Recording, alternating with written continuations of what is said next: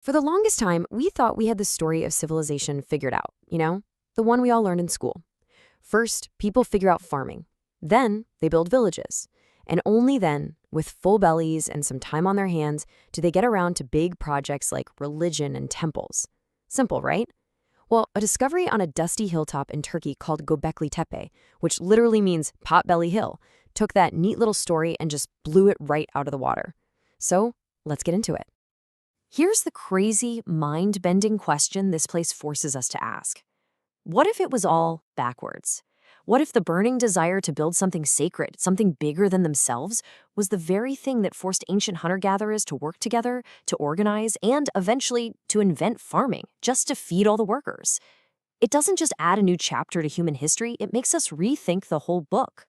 And to really wrap your head around just how insane this is, you have to understand its age. Look at this. We think of Stonehenge and the pyramids as impossibly ancient, right? Göbekli Tepe is more than twice as old as both of them. It's 6,000 years older than Stonehenge. The time between Göbekli Tepe and the pyramids is longer than the time between the pyramids and you and me right now. It's just staggeringly ancient. So yeah, when archaeologists started digging here, this wasn't just another discovery. This was a genuine world changer. It kicked off a whole new theory about why we even started building societies in the first place. The guy who led the original excavation, an archaeologist named Klaus Schmidt, came up with this incredible theory. He called it the temple first idea. He argued that these massive, elaborate structures were built by people who didn't even have farming yet. They were hunter-gatherers. He believed groups from all over the region came together for this massive religious project. And that project, the need to organize, to work together, to feed everyone, that was the spark. Religion, he said, was the catalyst that ignited civilization itself. And this quote just nails it. Let that sink in for a second. The deep human need to worship, to create something sacred, wasn't the result of having a stable society. It was the very thing that created it. That is a total rewrite of our origin story. But you know how it goes. When a huge, revolutionary idea comes along, it doesn't stay unchallenged for long. Other archaeologists started digging into the evidence, and they began to ask some tough questions.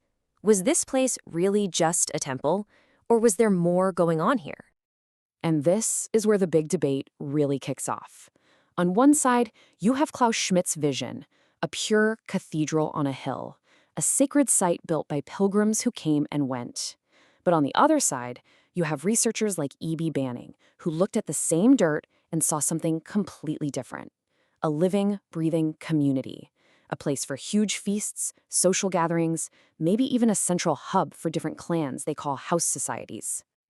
And the evidence for this side of the argument is pretty compelling. I mean, they found thousands of cubic meters of what looks a lot like household trash. They found huge stone vats with the chemical signature of brewed beer. Yes, beer. They found massive piles of animal bones from what must have been epic feasts, and tons of tools for grinding up plants. This doesn't sound like a quiet, sterile temple, does it? It sounds more like the world's oldest and biggest block party. So the debate over what people did at Göbekli Tepe is one thing, but then you look at the carvings on those incredible T-shaped pillars, and the mystery just gets deeper. It's like an ancient Rorschach test. Everybody looks at the same squiggles and symbols and sees a totally different picture. Let's just focus on one to see what I mean. This is the celebrity of Göbekli Tepe, Pillar 43, better known as the Vulture Stone. It's covered in these amazing, detailed carvings of animals and symbols, and it is the perfect example of how wildly different the interpretations can be. Okay, interpretation number one, the practical one. E.B. Banning looks at this and says, hey, maybe this isn't so mystical. He suggests it could be a literal map of the site. Those symbols at the top, those are the main buildings, and the little animals next to them, they're like ancient logos, the emblem for each clan that used that specific building. So it's a blueprint of their society. Then you get a totally different take. Forget a social map, let's talk about a cosmic catastrophe.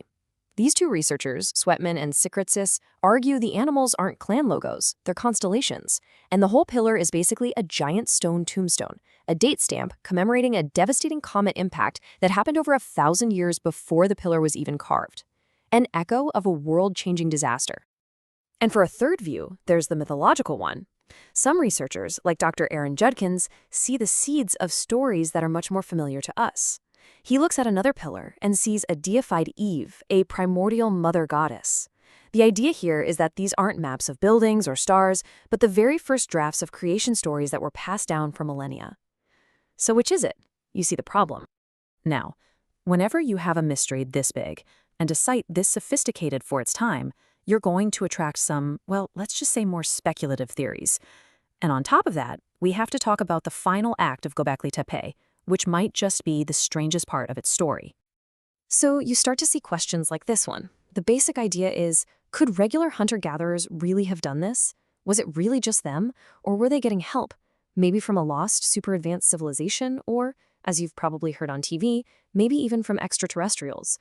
The argument boils down to, this place just seems too advanced for the people who were supposed to have built it. Now, mainstream archaeology has a pretty solid counter to this. It points to a classic logical fallacy, the argument from personal incredulity. In plain English, that just means, I can't imagine how they did it, therefore they couldn't have. But just because we can't picture it without our modern tools and blueprints doesn't mean they couldn't. Maybe the problem isn't their ability, but our imagination. But let's get to that final mystery, because this one is real, and it is baffling. After 2,000 years of being the center of their world, Göbekli Tepe wasn't destroyed by invaders or flattened by an earthquake. No, the people who used it, their descendants, intentionally buried the entire site. They filled every circle with tons of rubble and bone and just walked away. Why? Why would you bury your own cathedral? Well, one incredible theory is that it was an act of revolution. The new agricultural lifestyle that Göbekli Tepe helped create might have turned sour. Maybe it led to hardship, social classes, and a powerful priest elite controlling everything. This theory suggests the people finally got fed up. They rose up in an iconoclastic fervor. They rejected the old gods, the old power structure, the whole burdensome system, and they buried it. A powerful, symbolic act to literally erase the past and start fresh. So after all of that, where do we stand? What was this place? What was this place? The more we study Göbekli Tepe, the clearer it becomes that its true mystery isn't about finding one right answer.